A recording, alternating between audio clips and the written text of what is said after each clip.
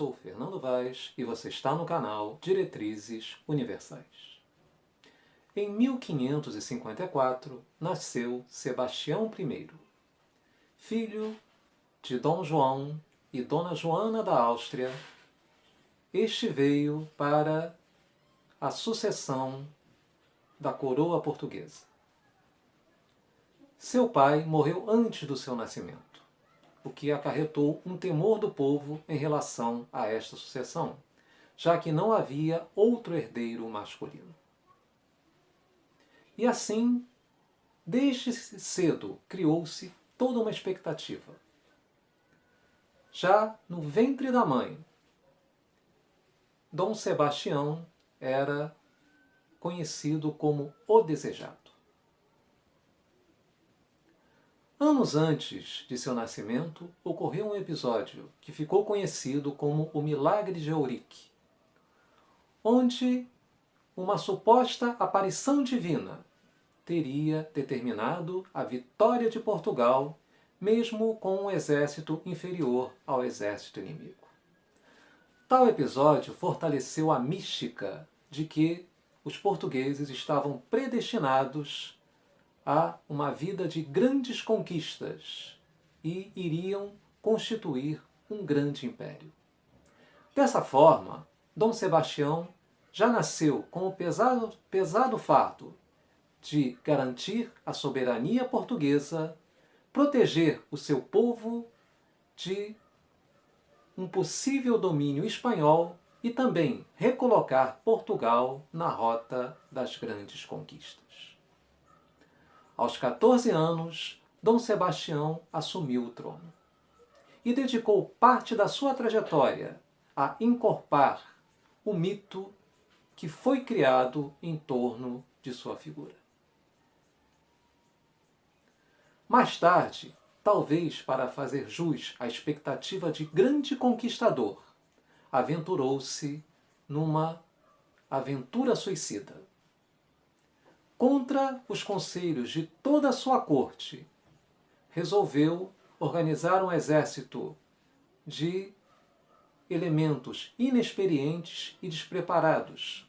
E, estando à frente do próprio exército, rumou para o norte da África, buscando um novo ciclo de conquistas.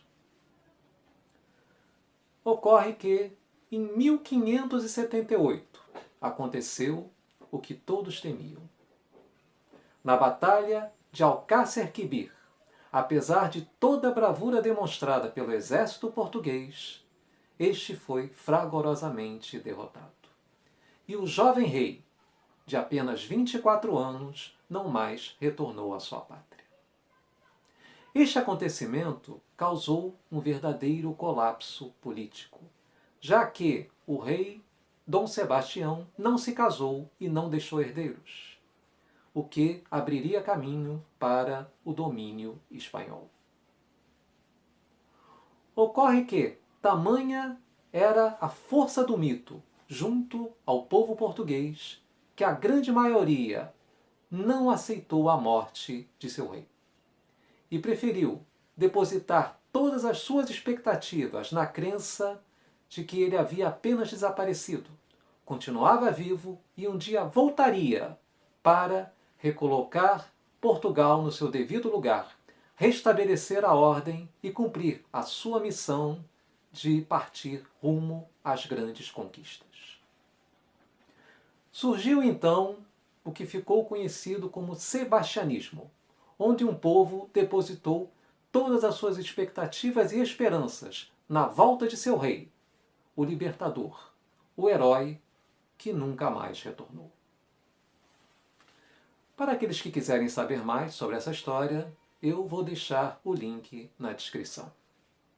Mas essa introdução foi colocada para abrir uma reflexão a respeito do ponto onde a admiração, a exaltação aos grandes feitos de personagens que passaram para a história acaba por vezes resvalando para o culto exagerado, para a idolatria e assim abre caminho para o fanatismo.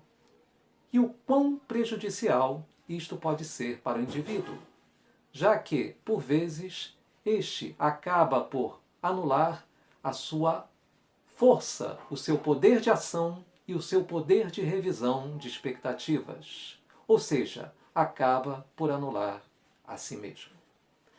Dessa forma, é preciso entender o que de fato levou essas pessoas ou esses personagens a se tornarem referências históricas. Qual de nós nunca teve vontade de invocar o seu herói? Aquele que chega no momento derradeiro, quando tudo parece perdido, e restabelece a ordem das coisas. Faz através dos valores maiores, da honra, da paz e da justiça, que tudo retorne à sua forma natural e que o bem volte a prevalecer como o único horizonte que deverá ser aceito por todas as pessoas honradas. Os heróis da ficção nos levam a um mundo imaginário que sabemos que não é real. Mas, durante aqueles poucos minutos, nós acreditamos na vitória do bem. Nós torcemos pelo bem. Nós vibramos pelo bem. E toda e qualquer vibração em prol do bem será sempre benéfica. Ocorre que existem também os personagens históricos, ou aqueles que foram ou são reais, e que por seus feitos foram, a maioria com justiça, alçados à condição de heróis. Ocorre que, como foi dito anteriormente, acaba-se por vezes indo para o culto exagerado. E esses personagens acabam sendo colocados como se fossem seres superiores e infalíveis. Cabe então uma reflexão. Quando falamos no herói, o primeiro elemento que nos vem à mente é a coragem. Para muitos, a característica daqueles que nada temem. Porém, uma dessas referências históricas, Nelson Mandela, disse que aprendeu que a coragem não é não ter medo, mas assim o fato de triunfar sobre ele. Este é o cerne da questão. Estes personagens que hoje temos como referências, que hoje gostamos de exaltar a sua memória, não foram infalíveis. Foram humanos, tiveram falhas, cometeram erros. Mas nos momentos em que realmente foram convocados a fazer prevalecer o que era certo, o que era justo, o que era em prol do bem maior, o fizeram com toda a força e com todo o vigor de sua determinação. E não deixaram que nenhum empecilho os impedisse de cumprir aquela missão. Aquele ponto que deixaria um legado para aqueles que viessem a conhecê-los, para aqueles que viessem a ter contato com a sua história. Outro ícone histórico, Mahatma Gandhi, disse que grandes batalhas são para grandes guerreiros. O sentido de grandes batalhas não precisa ser necessariamente de epopeias, de grandes cenários, de grandes combates. O sentido de grande batalha está exatamente na valorização daquele ato em que fizemos valer a nossa determinação sobre aquilo que temos como os nossos pontos fracos, mas nada mais são do que fraquezas que, por vezes, o mundo tenta nos impor. Isso quer dizer que todos nós não só somos capazes, mas muitas vezes praticamos atos heróicos nos momentos mais simplórios, por vezes sem mesmo perceber. Se não vejamos, a mãe que chega em casa cansada do trabalho e ainda encontra disposição, forças para cuidar de seus filhos, colocá-los para dormir e ainda contar uma história, é uma heroína. O trabalhador que acorda de madrugada, muitas vezes tendo repousado menos do que o necessário, passa por todo o desgaste, por todas as condições desfavoráveis em relação ao seu trajeto e ainda assim chega com disposição para fazer o melhor e vibra com o resultado alcançado, é um herói. Quando você resolve dar um basta naquele vício, naquele mau hábito que o prejudica, que o corrói, busca ajuda e vibra com cada vitória conseguida sobre aquele seu inimigo, você está sendo o herói.